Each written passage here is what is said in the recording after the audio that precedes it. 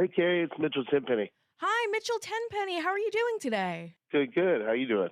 I'm doing great. First of all, thank you so much for taking the time to talk with me. I know you're very busy, so No, of course, thank you. before we really dive in, I have to congratulate you on all of the success you're going through right now. With your tour, especially with the stop in the Quad Cities on November 12th, the EP, and Truth About You, which is a great hit on country radio. Just want to give you a big congratulations on that. Oh, well, thank you so much. I appreciate that. I was doing some research and I found out, is this true? Truth About You. You wrote that in less than an hour? Is that true? Yeah, I mean, it just kind of flew out. It was one of those things, like, I don't know, the song was so personal, it just kind of wrote itself, if that makes sense. No, it does completely. And one of my favorite lyrics from that song has to be, if you quit telling lies about me, I won't tell the truth about you. That's just oof, because everyone can relate to that because everyone has had lies told about them. And the only way to really deal with that is to tell your own truth. So, what was the inspiration for that line in the entire song? That turn of phrase, that the way that hook, hit. When we were sitting down writing the song, we came up with that, and it just kind of, when I said it out loud, it just kind of crushed me. I was like, man, I've been there before. I've lived that life, and I know exactly how to write that song. So it was just one of those things that kind of hit us when the words came together. Were there any other songs that took you about the same time, or was that like the quickest song you've ever written? No, I mean it happens. It happens, and those even one that I wrote yesterday. Me and Breland wrote a song yesterday that kind of flew out. And, you don't want to like hinder anything that's happening. You want to just kind of go with the flow, and because those tend to be the best songs. Because it's almost like when you were taking a test growing up, they're like, if you don't know the answer, go with your first guess. That's kind of like when a song's just coming out, you just kind of go with the first guess and don't overthink it. Well, first off, Breland collaboration, I saw that on your Instagram. Can you give us any hints for when we might be seeing that, when that might be coming out? Yeah, I mean, I don't know. We just wrote it, so I don't know if it's gonna come out or be cut or not. But we write together. We've written together a few times, but hopefully it will. I love the song we got yesterday, so we'll see. I still don't even have the demo done yet, but hopefully very soon. Okay, that sounds so exciting. Your collaborations are fantastic. Your solo work is great, but I want to talk about your collaboration with Chris Young on his new album, Famous Friends.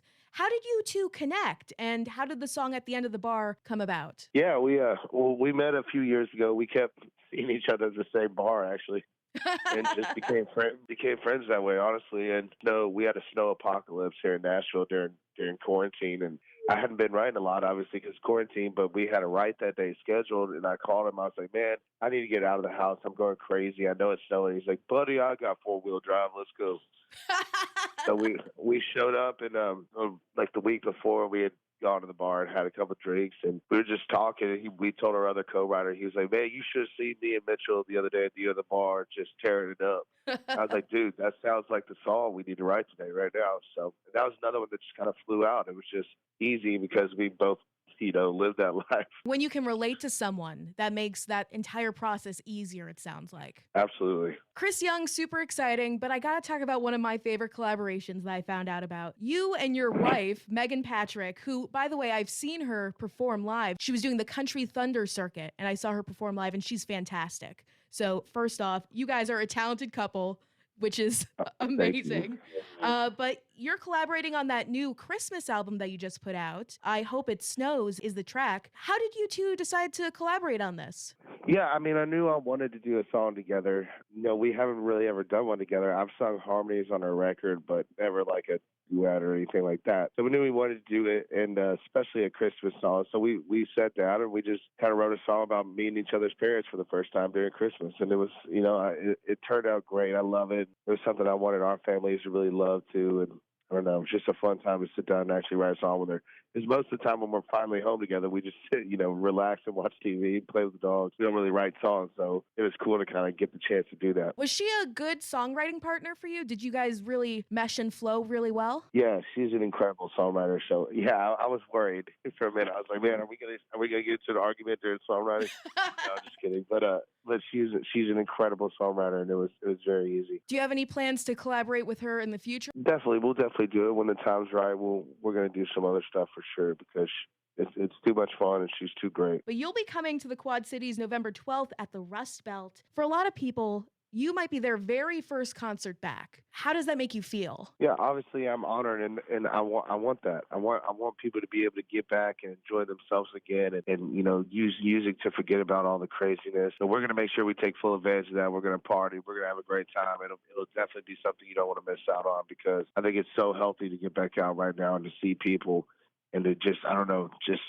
relive life again. Have you had any particular moments where you've been back on the road over the past few months and it's kind of hit you that, wow, we're back and this energy is even better than before the pandemic? Oh, I mean, every show when they're singing back songs that they weren't singing before, it's crazy. It's like everything is just, it's times 10. It's on a whole new level, and I'm just absolutely loving it. We talked about your collaboration that you were working on last night, but any new music or big projects coming up that you want to give us a sneak peek of? I mean, everything. We're already working on another EP right now and a full length record. One of the EP, I want it to be more of a John Mayer kind of vibe, broke down songs of like more singer songwriting stuff, and then the record is going to be another full length of like what we normally do, which I'm excited about. But yes, we're just tons of music on the way. We got a few more collabs that we're doing, so just be on the lookout because it's coming.